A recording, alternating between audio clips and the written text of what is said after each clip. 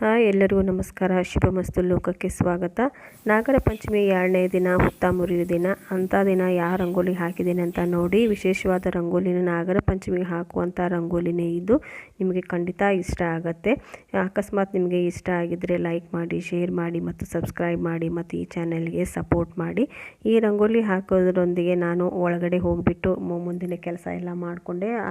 ಇವತ್ತು ನಮ್ಮ ಮನೆಯಲ್ಲಿ ನಾಗರ ಪಂಚಮಿ ಹಬ್ಬದ ಹಿಂದಿನ ದಿನದ ಹುತ್ತ ನಾಗಪ್ಪನ ಯಾರು ಮಾಡಿದರು ಅಂತ ನಿಮಗೆ ಹೇಳ್ತೀನಿ. ನೀವೇ ನೋಡಿ ಎಷ್ಟು ಚೆನ್ನಾಗಿ ನಾಗಪ್ಪನ ಮಾಡಿದ್ದಾರೆ ಅಂತ ನೀವಾಗ ಸ್ಟಾರ್ಟಿಂಗಲ್ಲೇ ಇವಾಗ ನೋಡಿದ್ದೀರಾ. ಹುತ್ತದ ಮಣ್ಣು ನಮ್ಮ ಹೊಲದಲ್ಲೇ ಸಿಕ್ಕಿತ್ತು. ಪ್ರತಿ ಸಾರಿ ಹಾಗೆ ಮಾಡಿರ್ತೀವಿ, ಹುತ್ತದ ಮಣ್ಣು ತಂದು.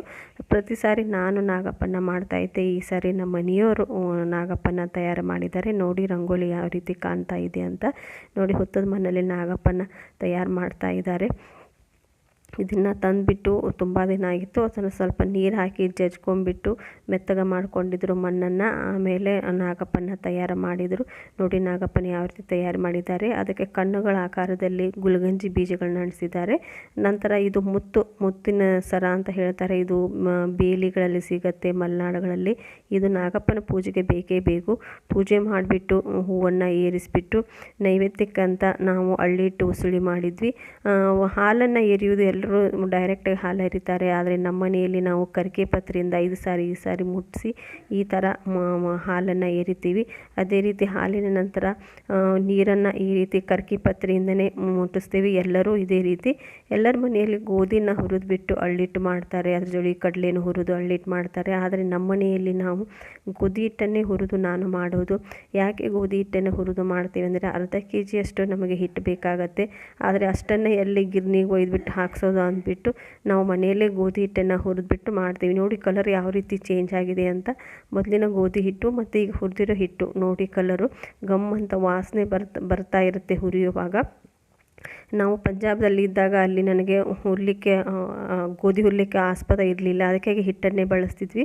ನೋಡಿ ಎಲ್ಲರೂ ಅಳ್ಳನ್ನು ಅದನ್ನು ಹಾಕಿ ಇದನ್ನು ಹಾಕಿ ನೀರಲ್ಲಿ ಹಾಕಿ ಎಲ್ಲ ಅರಳು ಬರೋ ಥರ ಹುರಿತಾರೆ. ಅದನ್ನು ನಾವು ಹಳೆ ಪದ್ಧತಿಯಲ್ಲೇ ನೋಡಿ ಯಾವ ರೀತಿ ಅರಳು ಬರ್ತಾ ಇದೆ ಇದೇ ರೀತಿ ಹುರಿತಾ ಇದ್ದೀವಿ. ದಪ್ಪನ ಬಾಳಿಗೆ ಇಟ್ಬಿಟ್ರೆ ಚೆನ್ನಾಗಿ ಅರಳುಗಳು ಬಂದುಬಿಡ್ತವೆ.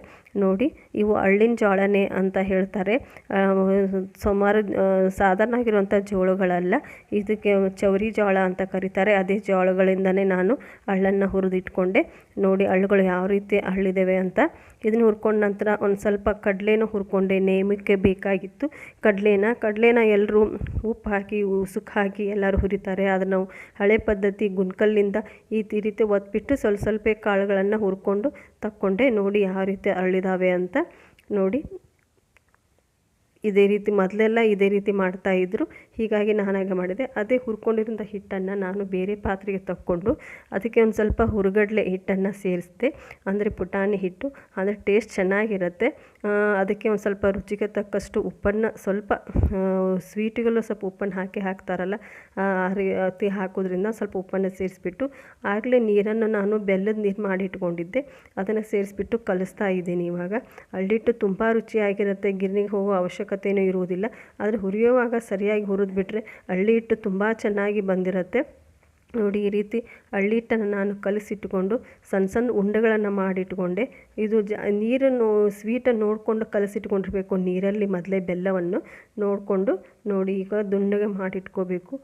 ಎಲ್ಲನೂ ದುಂಡಗೆ ಮಾಡಿಟ್ಕೊಂಡಿದ್ದೀನಿ. ಅಂದರೆ ನೈವೇದ್ಯ ಮಾಡಲಿಕ್ಕೂ ಹಗರಾಗತ್ತೆ ಅಂದ್ಬಿಟ್ಟು ಎಲ್ಲ ಅಳ್ಳಿ ಹಿಟ್ಟುಗಳನ್ನು ಈ ಥರ ದುಂಡಿಗೆ ಮಾಡಿ ಇಟ್ಟುಕೊಂಡು ನಂತರ ಇದರಲ್ಲಿ ತುಪ್ಪ ಮಾಡಲಿಕ್ಕೆ ಸ್ವಲ್ಪ ತೆಗ್ಗನ್ನು ಮಾಡ್ತಾಯಿದ್ದೆ.